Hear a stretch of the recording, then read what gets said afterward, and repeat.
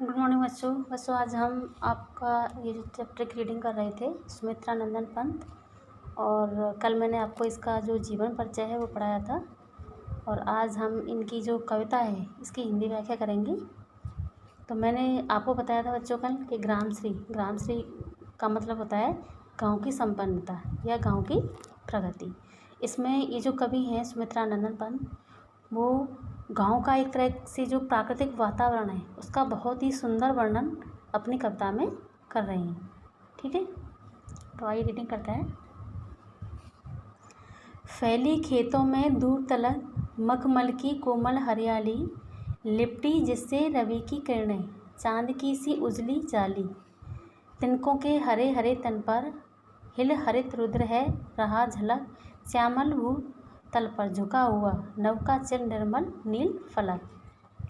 फैली खेतों में दूर तलक मखमल की कोमल हरियाली। यहाँ पर फैली खेतों में दूर तलक यानी जो खेत हैं उनमें दूर दूर तक, तलक का मतलब होता है तक, मखमल की कोमल हरियाली, जो हरियाली है वो दूर दूर तक मखमल की तरह से फैली हुई है। यानी खेतों में जो हरियाली है वो दूर दूर तक फैली हुई है और कैसी लग रही है, जैसे मखमल लगता है, बहुत ही सुंदर लग रही है। लिपटी जिससे रवि की किरणें चांदी की सी उजली जाली, यानी जो फसल है, जो हरियाली है खेतों में, जो फसल है उस पर जब सूर्य की किरणें पड़ती हैं, रवि का मतलब होता है सूर्य, जहाँ पर सूर्य की जब किरणें पड़ती हैं, पीली पीली किरणें पड़ती हैं, तो ऐसा लगता है कि जैसे जो फसल है उस पर चांदी की परत बिछ गई हो। यानी सफ़ेद सफ़ेद चांद, वो पानी कैसा लगता है फिर, सफ़ेद सफ़ेद जो चांदी की परत है वो बिछ गई हो।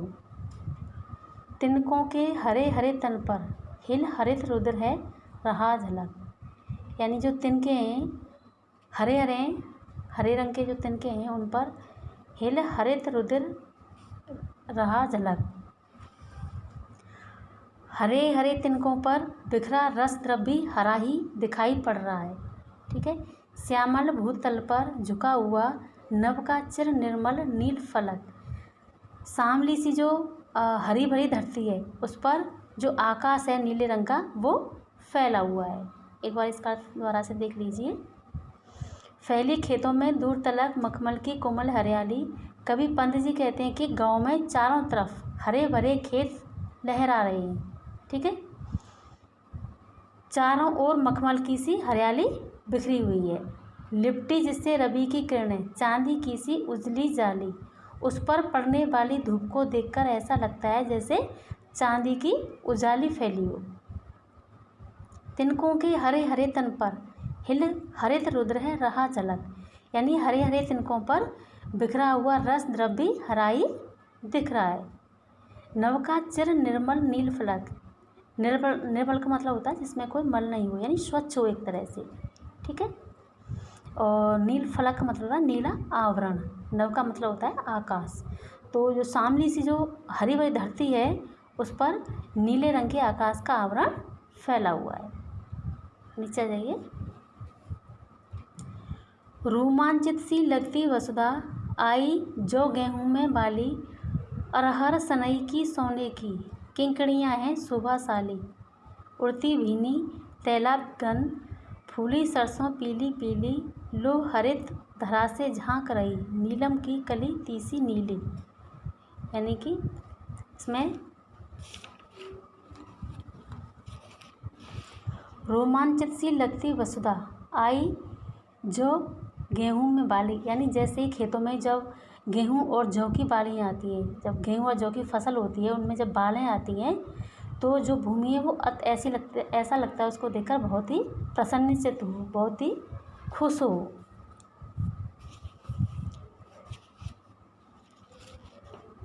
अरहर सनई की सोने की किंकड़ियाँ हैं शोभाशाली, यानी कि अरहर और सनई के पौधे चमक रहे हैं, जैसे सोने जैसा रंग वाली जो अरहर होती है और जो सनई होती है उसके जो पौधे हैं वो कैसे चमक रहे हैं। ठीक है, उनको देखकर ऐसा लगता है जैसे किसी स्त्री ने कमर पर तगड़ी बांध रखी हो। किंकड़िया का मतलब होता है कौंदनी, जो स्त्रियां कमर पर बांधती हैं।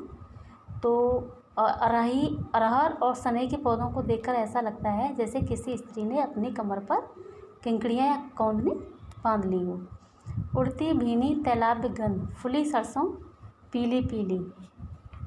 चारों तरफ पीली सरसों लहरा रही है जिससे वातावरण में भीनी तैलीय गंध फैल गई है।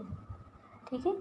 लो हरे दरा से झांक रही नीलम की कली तीसी नीली, यानी नीले फूलों वाली तीसी की कलियां नीलम के समान लग रही हैं। सारा वातावरण सुंदर लग रहा है। यहाँ तीसी बच्चों, यहाँ पर जो तीसी है एक ऐसा पौधा होता है जिस पर नीले रंग के फल आते हैं।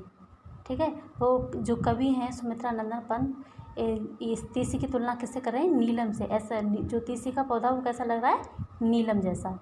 तो जिससे जो वातावरण है कैसा हो गया है? बहुत ही सुंदर। तो एक बार इसका अर्थ और देख लीजिए। रोमांचित सी लगती वसुधा आई जो गेहूं में बाली। खेतों में गेहूं और जौ में बालियां आ गई हैं जिससे सारी धरती प्रसन्नचित है।